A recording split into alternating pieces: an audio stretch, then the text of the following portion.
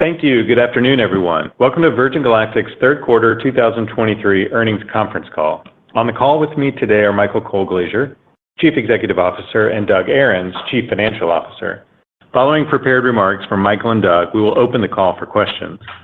Our press release and slide presentation that will accompany today's remarks are available on our investor relations website. Please see slide 2 of the presentation for our safe harbor disclaimer. During today's call, we may make certain forward-looking statements. These statements are based on current expectations and assumptions, and as a result, are subject to risk and uncertainties. Many factors could cause actual events to differ materially from the forward-looking statements made on this call. For more information about these risks and uncertainties, please refer to the risk factors in the company's SEC filings made from time to time. You are cautioned not to put undue reliance on forward-looking statements, and the company specifically disclaims any obligation to update the forward-looking statements that may be discussed during this call, whether as a result of new information, future events, or otherwise. Please also note that we will refer to certain non-GAAP financial metrics on today's call. Please refer to our earnings release for a reconciliation of these non-GAAP financial metrics. With that, I would now like to turn the call over to Michael. Go ahead. Good afternoon, everyone. Virgin Galactic successfully achieved several important milestones in the third quarter, which, in combination with some important adjustments we are making in our near-term operating model, has set the company on course to define and lead the suborbital space travel industry. We're going to cover a lot of ground today, so I'll open the call with 4 key headlines. First, we have demonstrated that our spaceflight system works on a repeatable basis. As planned, we completed 6 space flights in under 6 months with our initial spaceship, VSS Unity. This is an unprecedented achievement in human spaceflight. Second, the Virgin Galactic customer experience has been overwhelmingly positive and meaningful, and the value of our experiential product is exceeding our high expectations. The backlog of demand for our experience is robust, and our early customers, our Virgin Galactic astronauts, love it. Third, we expect the advances being built into our Delta-class ships will enable each of these new ships to fly up to 8 times per month during steady-state operations. This turn time metric is unrivaled in the industry and will enable breakthrough capacity and revenue generation. And fourth, we forecast our quarter-end cash and marketable securities position of approximately $1.1 billion provides sufficient capital to bring our first 2 Delta ships into service and to enable our crossover to positive cash flow in 2026. We look forward to sharing details behind these headlines on today's call. Turning to our agenda on slide 3, I'll start with an overview of the Virgin Galactic astronaut experience and share customer insights from our first 6 flights. We'll review progress from our Delta spaceship program and talk more specifically about the expected unit economics of our Delta-class ships. We'll then discuss adjustments to our near-term operating model, including restructuring actions announced yesterday that will redirect resources towards our Delta program as we focus the entire company on realizing the profit potential from these ships. Finally, we'll share financial results for the quarter and discuss the expected spending profile of our Delta program in greater detail. Following our prepared remarks, we will open the call for your questions. Turning to slide 4. Since our last earnings call, we completed 4 space missions on the monthly cadence that we had planned. Each mission was an incredible success, and we are now graduating customers from our future astronaut community into the Virgin Galactic astronaut community. Our Virgin Galactic astronauts experience their spaceflight in ways that are unique to their background and motivation for traveling to space. One point of commonality, though, has been that the overall experience is dramatically impacting our customers in an extremely positive way. Moving to slide 5. The quotes on this page are from some of our astronauts following their space flights, and they capture just a sliver of the meaning that our customers have come away with. I'll read just 3 of them on today's call. The first is a quote from a Galactic 2 astronaut. "This has been the best day of my life, the most sensational day of my life, and you can't get any better than that. It exceeded my wildest dreams."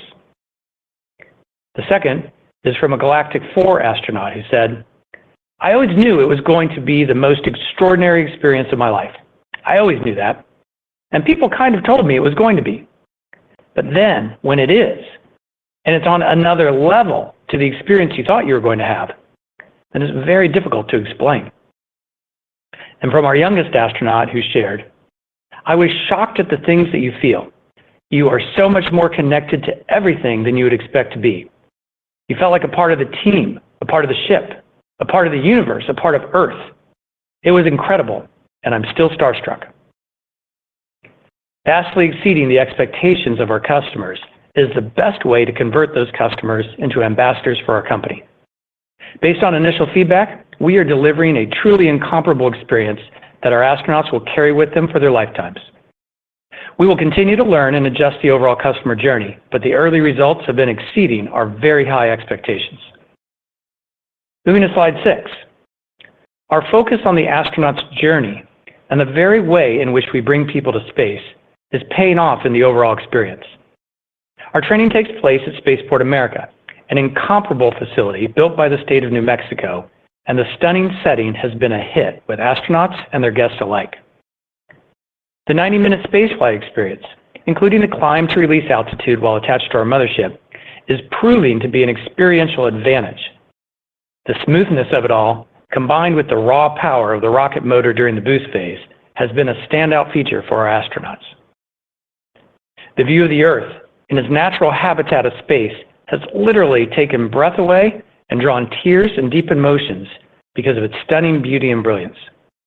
And the fact that we land back on the same runway where we took off, with all the friends and family awaiting, has made for a completely magical return experience. Our training program is a huge differentiation point. We took the opportunity on our early flights to have our astronaut instructors observe the customer experience from within the cabin to guide adjustments to our ground-based training process. This process was valuable and has been successfully completed.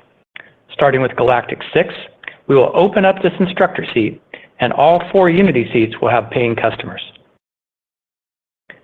6 human spaceflights in 6 months with VSS Unity is a tremendous accomplishment that establishes new turn time records for reusable human spaceflight systems. It's important to note that the primary business objectives of Unity's missions are to demonstrate the efficacy of our spaceflight system, to build learnings that inform our Delta program, and to showcase the incredible emotion, impact, and value of Virgin Galactic spaceflight experience. We have done that. These flights have built confidence in our spaceflight system, increased credibility as we consistently deliver on plan, and clearly demonstrated the powerful customer benefits of a Virgin Galactic spaceflight. The success of these flights has been accomplished through the collaborative effort of our entire company, and I'd like to call out the incredible work from our teammates who have made this possible. Moving to slide 7. Virgin Galactic spaceship and mothership both have industry-leading reusability metrics, but our airplane-based mothership has the additional benefit of fast turnaround times. Our primary goal with the Delta program is to also bring that fast turn time capability to our spaceships to unlock a step function increase in capacity.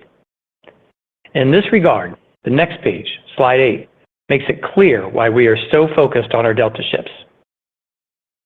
2 metrics that will be of importance to our industry are revenue per flight, or RPF, and flights per month, or FPM, which is referenced on a per-ship basis. Taking a look at the table on slide 8, our 4-seat Spaceship 2 model, Unity, has a revenue per flight potential of $1.8 million to $2.4 million at our current prices, depending upon if it is flying private astronauts, research customers, or a mix. Unity has an average flights per month of around 1, and the product of those 2 metrics leads to modest revenues. As I mentioned earlier, Unity's flight objectives are to demonstrate our system, showcase our astronaut experience, and provide learnings for our Delta program. While 1 flight per month with Unity is a material step above competitive offerings, the total cost to support Unity's flights surpass the relatively modest monthly revenues. Delta ships will have 50% more seats than Unity. So, using our most recent pricing of $450,000 per seat, or $600,000 for research seats, the revenue per flight for a Delta ship is $2.7 to $3.6 million. with our current expectation of Delta ships turning twice per week in steady-state operation. Delta ships would have a flights per month metric of 8, which makes the monthly revenue potential of a Delta ship up to 12 times that of Unity. As a high-temperature carbon composite spaceplane, we expect each Delta ship to have a vehicle life cycle of 500 or more flights. And as we shared previously, we expect each new Delta ship to cost around $50 to $60 million in steady-state production. Our Delta-class ships are powerful economic engines. Because of their breakthrough capacity and revenue generation, we are choosing to leapfrog past our third-generation ship, VSS Imagine, and move directly to our fourth generation, the Delta-class, as the model-type basis for our production fleet. VSS Imagine will be used to support ground-based elements of the Delta program, and we will not bring that ship into service. Our Delta program continues to track to the key milestones we've laid out. Tooling builds have already started, and our spaceship factory in Phoenix is well underway and will come online in Q2 of 2024. Ground and flight-based testing of our Delta-class ships is on track to begin in 2025, with revenue service beginning in 2026. The top image on slide 9 shows progress that is being made on our spaceship factory in Phoenix. Construction has been advancing on schedule, and we expect to begin interior fit-out in April, with major assemblies from our primary suppliers, Bell and Carbon, beginning to arrive midway through 2024. We are making several upfront investments in test infrastructure, and we will be conducting extensive ground testing of our Delta ships. This is a key factor in accelerating our flight test program and in our ability to verify the durability and longevity of our ships. Build-out and installation of this test infrastructure has begun, and build-out will continue into the first half of 2024. We will incur one-time expenses for these important test assets during those periods. The first test asset is known as a Copperbird systems mockup. The Copperbird will allow us to configure and test our avionics, flight controls, and electrical systems. As you can see in the image on the lower left of slide 9, this effort is already underway at our engineering headquarters in Orange County, California, along with the design and testing of our updated cabin interior, including our new seat design, shown here on the lower right. The second test system, also located in Southern California, is known as an Ironbird, and it will be verifying and cycle testing our mechanical systems and validating our designs. Each of these test systems, as well as a dedicated static test article, will enable us to verify the performance of the key elements of our Delta ships that are driving our improved turn times and will reduce the amount of time needed for final assembly, ground test, and flight test. Moving to slide 10.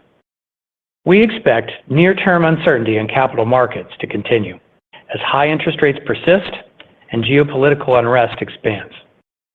In response to this environment, Virgin Galactic is taking several important actions to ensure our existing cash runway is sufficient to reach positive cash flow. As a growth company that is also defining a new industry, Virgin Galactic has been pursuing two parallel work streams. Our spaceline operations teams have been demonstrating our technology and customer experience with our Unity spaceship, while our programs and engineering teams have been developing a production platform that will deliver profitable growth with our Delta program. Both of these areas consume substantial resources, and both have been critical to our company. That said, our company's financial growth is built around our production spaceships, the Delta class, and we are shifting all company resources towards the safe, efficient, and successful execution of this program. This necessitates 4 changes to our near-term operating model. First, we will reduce net spending within our spaceline operations by decreasing the cadence while increasing the revenue per flight of Unity's remaining missions. Galactic 6 is expected to take place in January as planned, and we will move to a quarterly flight cadence versus a monthly flight cadence for Unity's remaining space missions. We expect the average revenue per flight for Galactic 6 and Galactic 7 to be in the range of $2 to $2.5 million, which is approximately 4 times greater than the revenue per flight that Unity realized in the third quarter. Derek Schwartz has become a member. This increase is driven in part by the additional revenue seat that had previously been occupied by an astronaut instructor, and in part due to a customer mix that includes research revenue. Additionally, when we have openings in the flight manifest, we are making those seats available to customers who are interested in participating in an earlier spaceflight at a premium price. These seats, as they become available, have been priced closer to $1 million than to our prior price point of $450,000. Second, we will be pausing Unity spaceflights in mid-2024, so our highly skilled spaceline operations teams in New Mexico can support the final assembly effort of our first Delta ships. This is cost-efficient, as it allows us to optimize our total workforce. It also provides our technical operations teams hands-on experience with the Delta ships during the build process, which will be invaluable for maintenance and turn time support when those ships move to Spaceport America for flight test and revenue service. Flights from Spaceport America are expected to start again in mid-2025 with Delta flight test. Third, and as shared on our last call, we have resequenced the timing of our next mothership to coincide with the ramp-up of our spaceship fleet. This allows us to better manage the timing of our capital expenditures, and it allows our engineering teams to complete the bulk of the Delta work before pivoting to the next mothership effort. We expect the first of our next two motherships to enter service in 2027, which will support the timing of additional spaceships coming off the line in Phoenix. Our existing mothership, Eve, is performing well following its enhancement program, and Eve will carry our first two Delta ships during their flight test program and into revenue service in 2026, where it will support meaningful revenue and cash flow positivity. And fourth, as we focus the entire company towards the successful execution of the Delta program, Mike Moses, with his deep expertise from both NASA and Virgin Galactic, will take on the expanded role of President of Virgin Galactic Spaceline.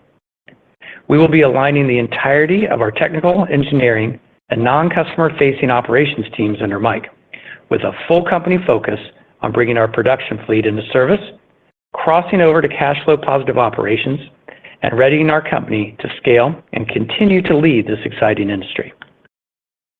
With these adjustments to our plans, we project our end-of-quarter cash and marketable securities position of nearly $1.1 billion to be sufficient to support the development and entry into service of our first two Delta ships and to achieve cash flow positivity in 2026. These adjustments to our near-term operating model have impacts on our flight manifest and on our staffing levels. Regarding manifest impacts, with Unity's fewer seats and low flight cadence, these changes will have minimal impact on total astronauts carried. However, a subset of customers who are early in the manifest will have a longer time extension before their flights. Internally at Virgin Galactic, achieving this plan has required us to make the difficult decision to reduce the size of our teams that support our spaceline operations and our staff areas. Our teammates at Virgin Galactic are talented, purpose-driven, and they excel in their professions. And it is deeply unfortunate to part ways with some of our coworkers and our friends. With the restructuring announced yesterday, along with headcount management efforts that have been taking place across the year, we expect to enter 2024 with approximately 840 full-time employees. By taking these actions now, we ensure Virgin Galactic continues to have access to the resources needed to reach positive cash flow and to deliver on our mission, bringing the wonder of space to our existing customer base and to the generations of customers who will follow. Doug, let's turn the call over to you. Thanks, Michael. Good afternoon, everyone. Turning to page 11 and our financial results. In his opening remarks, Michael provided some important information about the company's operations and the related economics. As a follow-up, I'd like to share some additional context relating to both our near-term and long-term financial outlook. First, I'll explain the new expense category called Spaceline Operations and what trends to expect going forward. Second, I'll review the financial results for the third quarter and provide guidance for the fourth quarter. Third, I will describe the shift that has begun toward the building of capital assets, our longer-term projections for overall spending, and the expected path to positive free cash flow. And fourth, I'll expand on the attractive future economics we foresee with the expansion of our Delta-class fleet. Let's start by taking a closer look at the new expense category, Spaceline Operations, and how that plays into our third quarter results. In our last earnings call in August, we previewed the introduction of Spaceline Operations, which followed the launch of commercial service and achievement of technological feasibility for our current spaceflight system. In order to understand and interpret what Spaceline Operations represents, it is important to recognize that Virgin Galactic is somewhat unique as a company that both produces and operates space vehicles. We first build fixed assets, such as spaceships and motherships. Then we utilize those assets to provide spaceflight services. While we are able to capitalize certain costs for production of vehicles, some production costs cannot be capitalized and must be recognized as an expense. These non-capitalizable production costs are reflected in Spaceline Operations, along with the current costs of conducting space flights. Note that the presentation of Spaceline Operations does not indicate an increase in spending, but rather a remapping of expenses that were previously in R&D or SG&A. I'll share more about our expectations for the Spaceline Operations expense category following a discussion of our results for the third quarter. Turning to slide 12, we generated revenue of $1.7 million, driven by commercial space flights during the quarter and future astronaut membership fees. Total operating expenses were $116 million, compared to $146 million in the prior year period. Spaceline Operations expenses were $26 million compared to approximately $1 million in the prior year period, with the increase attributable to the updated presentation of expenses. R&D expenses were $45 million compared to $97 million in the prior year period, with the $52 million decrease primarily due to remapping of some expenses to Spaceline Operations and lower outside vendor costs. SG&A expenses were $42 million compared to $46 million in the prior year period, with the $4 million decrease primarily due to remapping of some expenses to Spaceline Operations. We reported a GAAP net loss of $105 million compared to $146 million in the prior year period, primarily driven by lower operating expenses and a $9 million increase in interest income from returns on our portfolio of marketable securities. Great news, no dilution. Adjusted EBITDA was negative $87 million in the third quarter compared to negative $129 million in the prior year period, primarily driven by lower operating expenses. I'm going to buy more. Free cash flow was negative $105 million compared to negative $102 million in the prior year period. Free cash flow came in better than our guidance of negative $120 to $130 million due to the timing of certain vendor payments. Moving to slide 13. At the end of the third quarter, cash equivalents, and marketable securities on the balance sheet totaled approximately $1.1 billion, a sequential increase of $108 million from the second quarter of fiscal 2023. During the quarter, we raised $211 million in gross proceeds as part of our at-the-market equity offering program. Moving to slide 14 and our financial outlook. For the fourth quarter, we expect revenue to be approximately $3 million, primarily driven by two commercial space flights, Galactic 4, which occurred in October, and Galactic 5, which occurred last week. Our capital expenditures for the fourth quarter are projected to be between $25 and $30 million. We expect to approximately double our capital expenditures over the third quarter, primarily due to the construction of the spaceship assembly facility in Phoenix and building of tooling for the Delta-class spaceships. We expect our forecasted free cash flow for the fourth quarter of 2023 to be in the range of negative $125 to $135 million to account for both the timing of vendor payments that favorably impacted our third quarter, as well as the increase in capital expenditures just mentioned. In connection with the restructuring effort that Michael mentioned, and which is already underway, we estimate a one-time restructuring charge of approximately $5 million and an annual cost reduction of approximately $25 million relative to our current cost base. This cost reduction will be realized beginning in the first quarter of 2024. Now I'd like to provide some context around our longer-term financial outlook. Let's move to slide 15. For clarity, it's helpful to first consider our business model. Our economic life cycle began with a multi-year research and development phase to create and prove out our initial spaceflight system. We have successfully demonstrated that by conducting regular commercial spaceflights on a monthly cadence with our Unity spaceship and Mothership Eve. We are in the upfront investment phase of our production vehicles, the Delta-class spaceships, which are expected to deliver 12 times the monthly revenue capacity of the initial spaceflight system. A period of non-recurring engineering, or NRE, is followed by a period of upfront capital investment to build the fixed assets, such as a factory and tooling, that are then available to produce multiple vehicles, namely spaceships, on a continuing basis and at a relatively low recurring cost per vehicle. Each of these vehicles are additional assets and are expected to have significant ongoing profit-generating potential based on the performance criteria we have specified.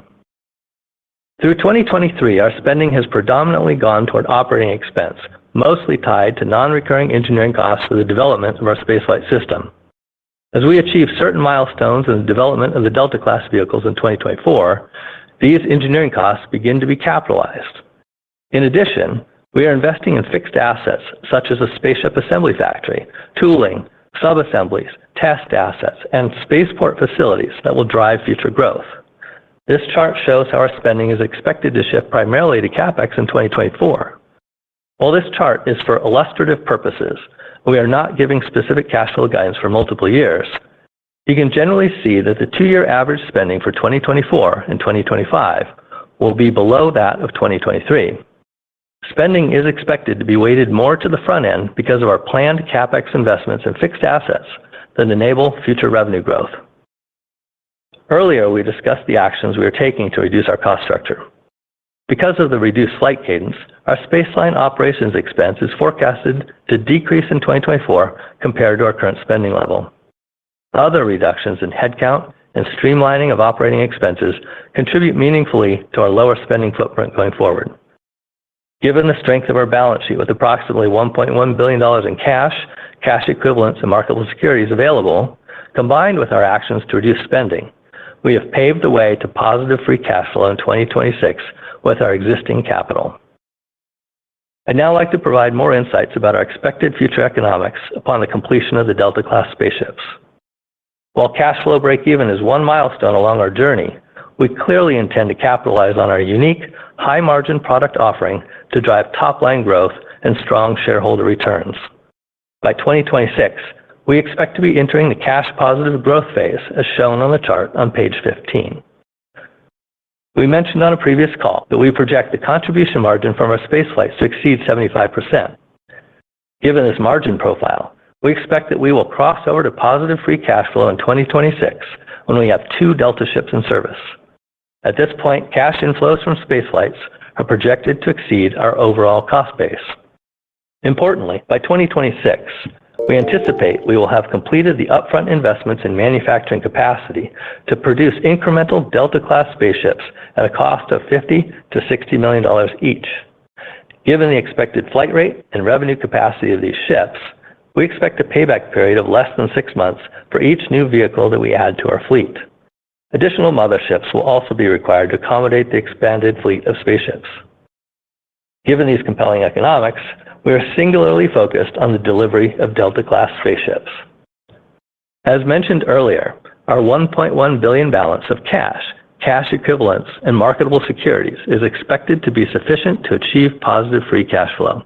While not required in the near term, we intend to utilize the approximately $113 million left on the current at-the-market equity offering, which would support further investment in revenue-generating assets like additional motherships, additional Delta-class ships, or to further strengthen our balance sheet.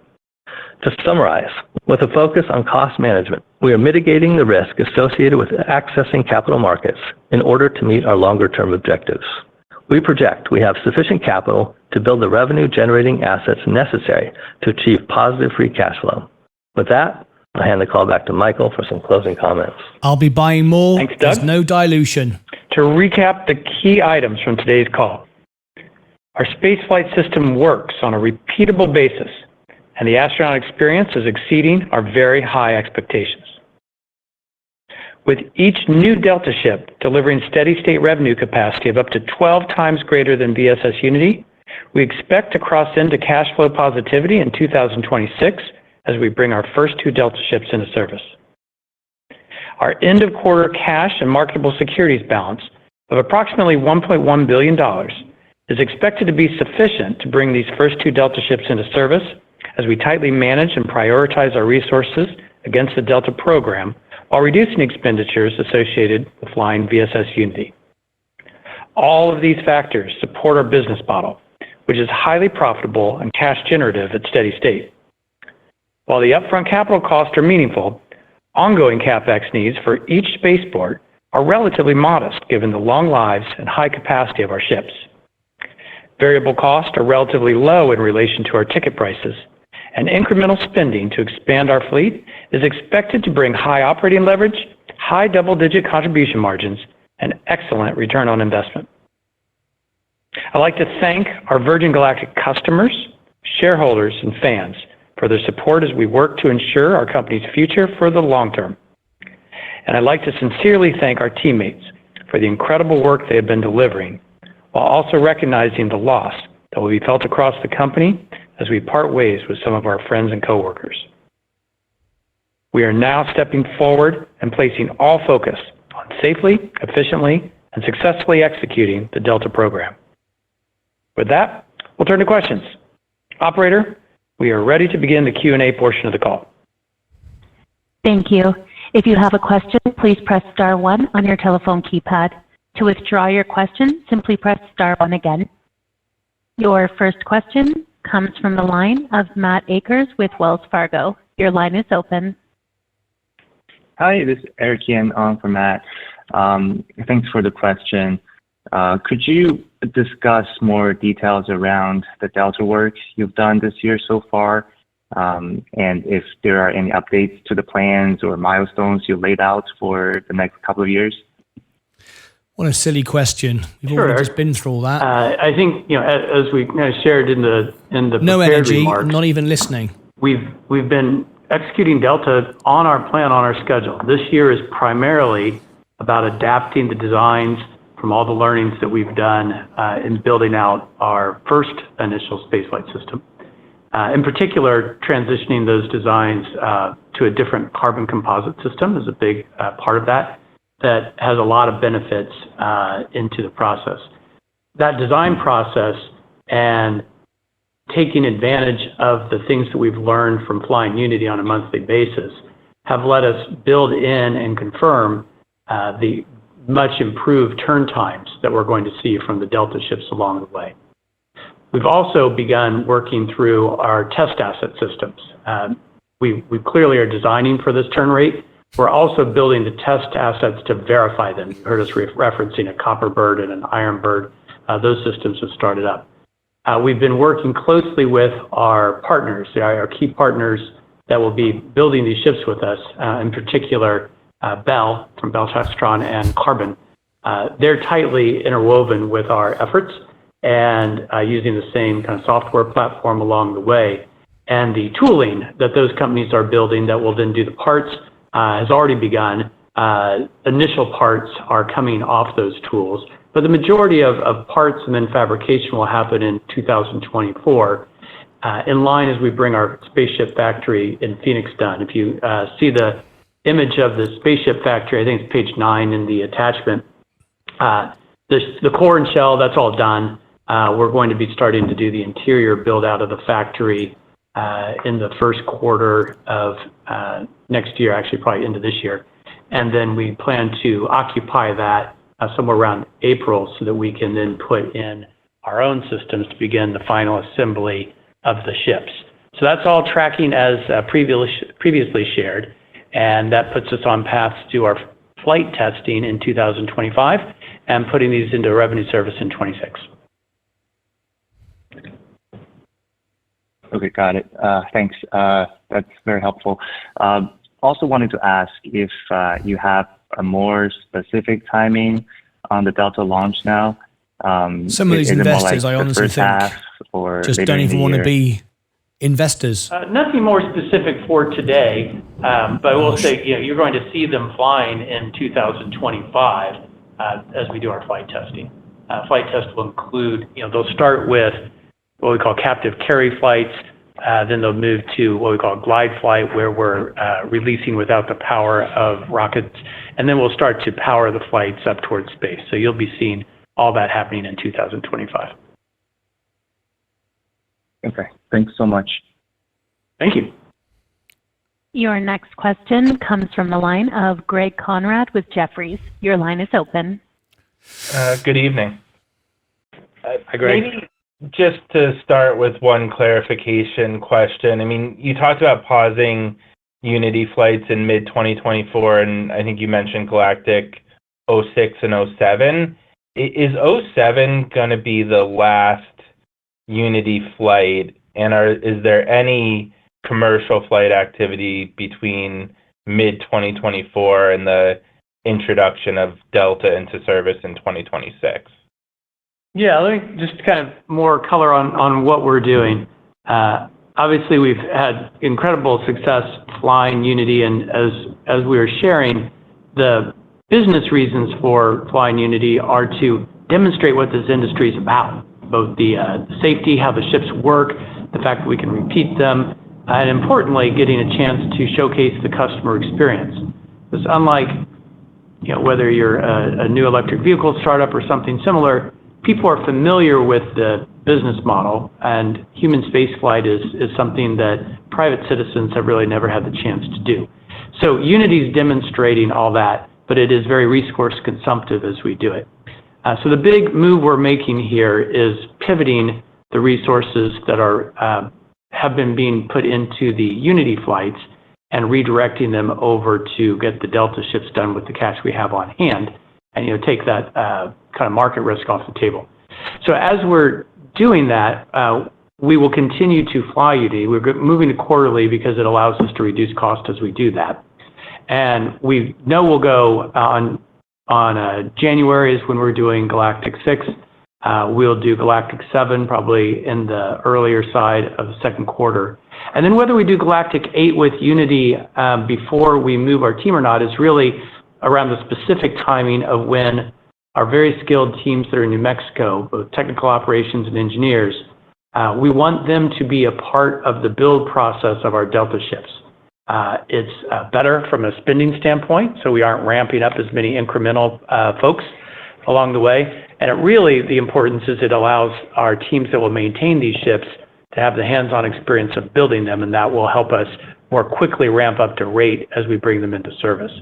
So whether that starts, I'd say, at the tail end or the beginning of the third quarter, or the tail end of the second quarter, beginning of the third quarter, or a little later, will depend upon whether we fly Galactic 8 with Unity or not. So we're not going to make that call today. We're going to let the Delta program and need for those team members drive that. And then we will take a pause with Unity, whether it's after 7 or after 8, as we put our attention on building these Delta ships, because that's where we will drive the economic value of the company. That makes sense. And then the 8 times per month on Delta, I think previously maybe you talked about weekly flights, if I remember correctly. What's kind of changed there or got you comfortable with that higher expected flight cadence?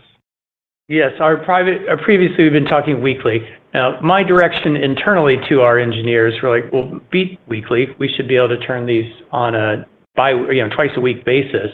But the team had work to do on that. And so the first piece that's informed that is just the progression of our designs, and specifically designs that are enabling us to do less between each flight. Now, the Unity flights have been really important in that. As we've gone through the 6 and 6 months and built that operating cadence, it's very dialed in. Our technical operations teams are pros, and they know exactly what they're going to be doing between those flights. And while that work happens to turn Unity, that also shows our engineers and design teams exactly the things that we would like to engineer out of the Delta systems so that we don't have to put that work in between flights because we built the ships in a way that doesn't require it. That work has been kind of validated on the design side as we've learned the specificity of maintenance on the Unity flight. So that's been super, super helpful. And then you heard us talking about the test articles that we're putting in here. We're not going to wait all the way till flight test to validate that. We're going to be validating these designs with our Copperbird and our Ironbird and our static test article systems along the way. I'm really proud of what the engineers have been able to do and what our technical operations teams have delivered. It's that collaborative effort that lets us speak with confidence on a 2x a week or kind of 8 times a month on average flights for Deltas when we get to steady state. And then just sneaking one last one in, I mean, 8 times 12, 96 or so flights a year for each Delta. How are you thinking about capacity for each spaceport? I mean, I think in the past you've maybe talked about 400, just thinking about, how many spaceships to fill up the first spaceport and kind of start planning for a second. Yeah, you're bringing up a great point. With the turn time objectives on Delta now something we've got confidence in, this has great benefit in reducing the amount of CapEx needed for every spaceport.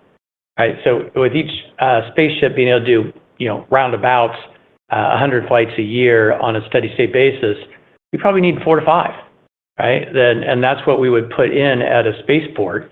And so we'll probably start with 4 and just see how we're doing with those, and do we need to add a fifth as kind of one that's always kind of available on the side.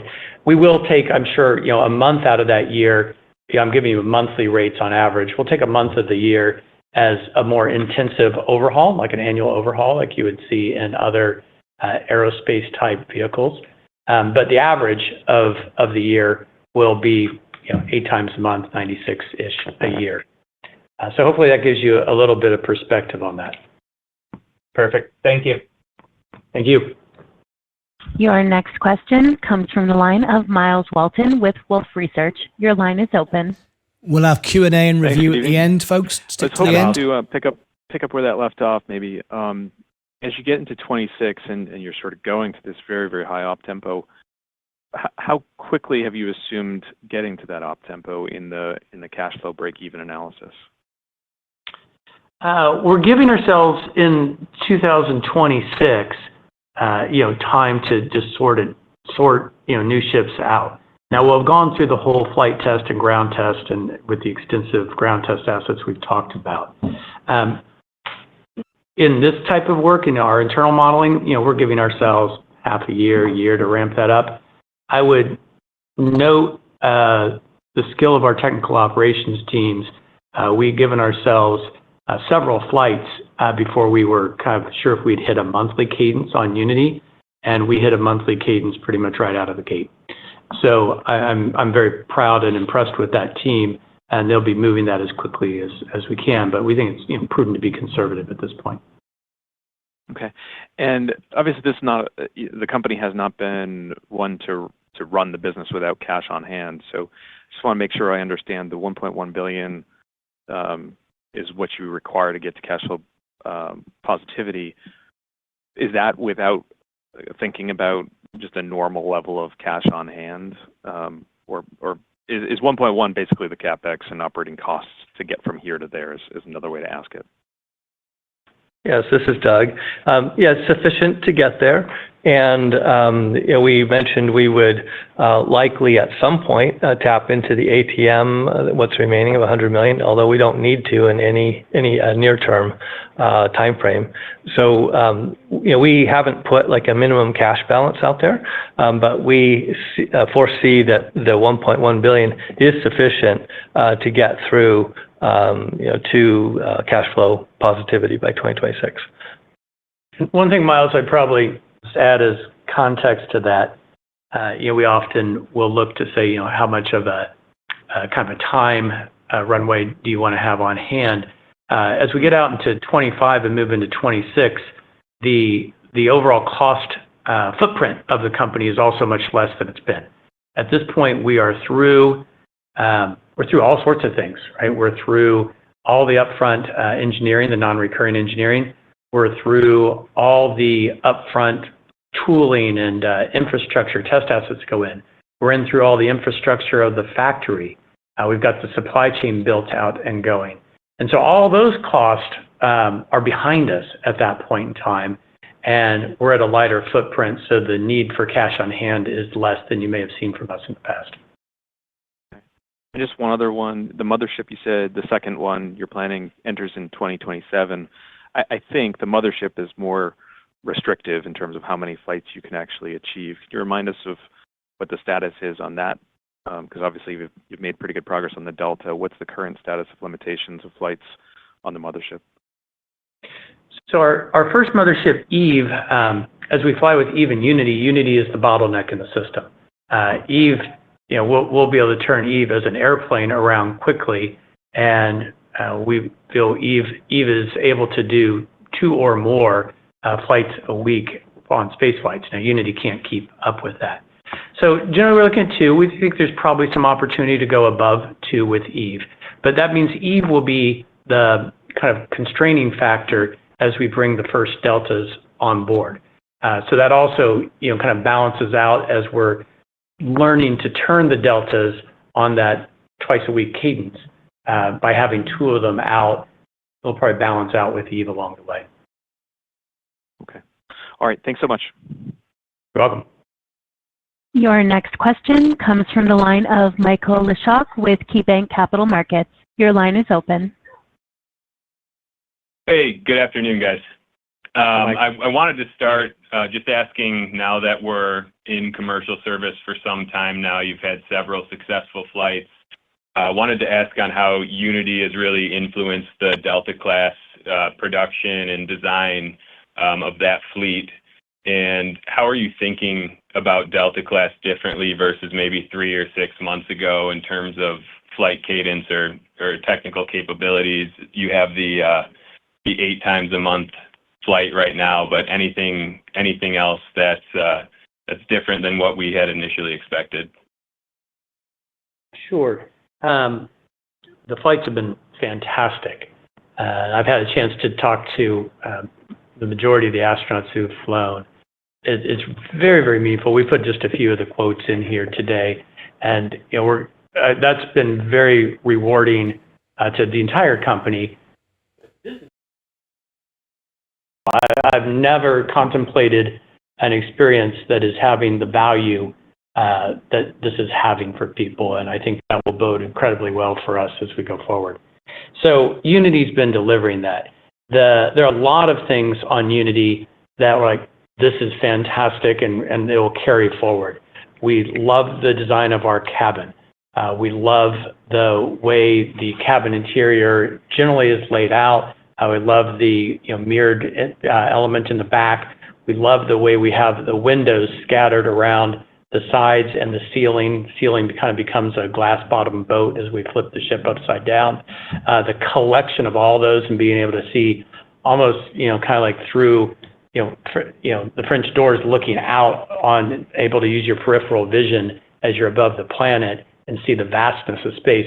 All that in Unity is amazing and will be carried forward into the Delta ships. Now, Unity has things that we want to change, right? It is heavier than the Delta ships will be, and so Deltas, of course, will come out with 6 seats, so adding 50% to the capacity along the way. We're changing the system, the composite system of Delta, and that's really what's driving the majority of the work on the engineering side as we update the parts elements for that. So then as you kind of pivot to, what is really different in Delta than where we've been before, from our engineer standpoint, not much is different than where they are before. They're just confirming for me what I'd asked them to be able to deliver is we should be able to turn these ships on a twice-a-week basis. And as we've advanced our design, that charge, kind of extra credit charge they had from me, they have been delivering against. So that's very compelling, and that's why we're feeling comfortable sharing that with you here today. There are smaller things that I think we're learning around the flight, but the biggest things that we've picked, I'd say they're of value on this type of call, is by understanding what it takes to turn Unity on a month-by-month basis. We know that very specifically. We can target those things specifically in our design and verify it and test so that we don't need to do all those things flight by flight, and that's how we're going to turn this so much more quickly. And then I wanted to ask on research flights, would you look to increase your mix in terms of more research versus private astronaut flights before you get to free cash flow positive? just given the higher revenue per flight, or are you still targeting that 10% research number? Yeah, I think the mix is going to be important. It's incredibly, for our future, we have to be commercially in a commercially reasonable cadence with our early flights. And while we have, I'd say the long term is 10%, I've been very pleased listening to our researchers, both the Italians, Alan Sturd, Kelly Girardi, have been very powerfully speaking about the benefits of this and the cost benefit of this for research. So I think we're going to lean into that. One of the things you're seeing in the revenue per flight, we kind of pointed out for Galactic 6 and Galactic 7, it's meaningfully higher than what we've seen in the early flights. And that is, leaning in, it has the four-seat, of course, leaning in heavily to the research mix. Also has a place where we've had, if seats have become available in the manifest, we are offering those up at kind of a market rate. And that market rate, as I mentioned, has been closer to $1 million on a seat versus our kind of base pricing that we'd had last at $450. And so all those things kind of combine into the mix of a revenue per flight.